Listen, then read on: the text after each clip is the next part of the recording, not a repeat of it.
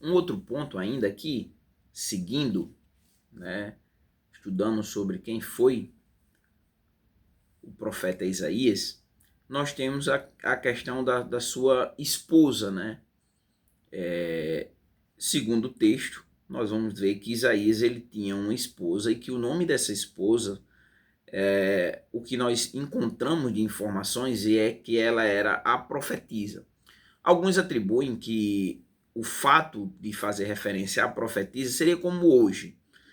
Normalmente hoje, nas igrejas mais pentecostais, a esposa do pastor ela é considerada pastora, a pastora, mas nós sabemos que isso não tem base bíblica, né? Mas culturalmente é assim que é chamado, né? A esposa do pastor, logo ela é a pastora, né? Pastor e pastora. Alguns acreditam que o fato aqui do texto de Isaías capítulo 8, versículo 3, que nós vamos fazer a leitura, trazer a informação de a profetisa, está fazendo referência aqui que devido ao profeta Isaías ser o profeta, né, ela então era conhecida como a profetisa pelo título, né, ou pelo o chamado, né,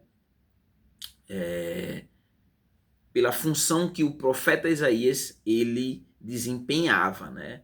Então, por ele ser profeta, ela seria então a profetisa. O texto diz o seguinte: Deitei-me com a profetisa, e ela ficou grávida e deu à luz um filho. O Senhor me disse: põe-lhe o nome de Mael Salal Hasbais, né? Já já nós vamos ver o significado, então, desse nome e os dois filhos que o texto diz ser os filhos de Isaías, né? Para compor a sua família.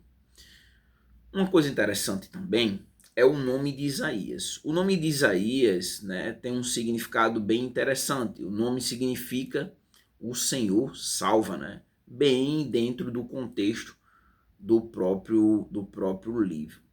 Uma outra observação que nós podemos trazer aqui é com referência a reis que o texto traz, né? O texto apresenta alguns reis, né? E nós vamos ver que Isaías ele passou, né, por 4 reis, né, ali de Judá.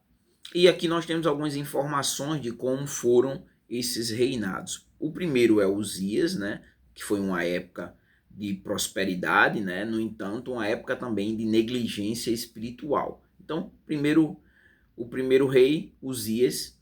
O segundo rei, né, e Uzias, ele viveu em 781 a.C.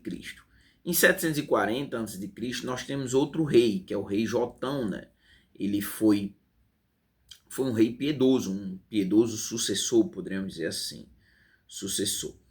E o terceiro rei, 736 a.C., que é Acais, né? Aí já foi uma época de declínio moral, como também uma época de idolatria, né?